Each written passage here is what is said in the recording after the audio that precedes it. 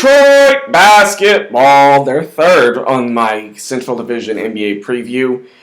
And starting with the Fighting Stan Van Gundy's is basically not realizing, or everyone has realized, he's trying to recreate what he had in Orlando, which is have a really dominant young big man who rebounds the ball, who's athletic, who's a rim protector, and then surround him with shooters.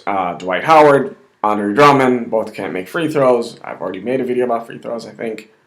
But, yeah, and they have one of the Morris twins. They have Tobias Harris, who seems to be constantly the young, underrated player, although I don't know how long he can be underrated or young if you've been in that category for like 3 or 4 years right now. And then they have Caldwell Pope, who's a knockdown shooter. They have Reggie Jackson, who's actually got hurt and is actually going to be a little bit behind the 8 ball.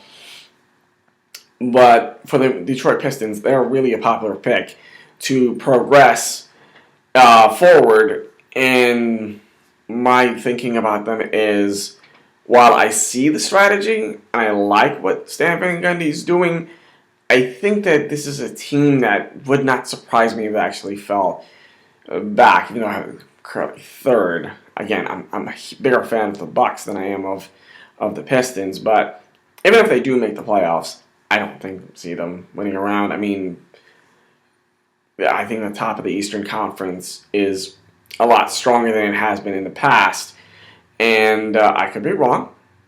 I'm willing to admit that, and I like Drummond, and I like Caldwell Pope. I just think that they're at least another year's worth of baking. I think that they're like the Charlotte Hornets were a couple of years ago when they made the playoffs and got swept by the Heat, and then didn't make the playoffs the next year, and then they bounced back. I think that's the kind of way that they're going to go. Again, they were the 8th seed, so they really didn't have much room for error, but I don't currently see them having much room for growth as well. I mean, they need Reggie Jackson to come back and to help lead their team offensively. I know that people don't like him, but he fills a role. If they do make the playoffs, 6th to 8th seed, probably not advancing out of the first round.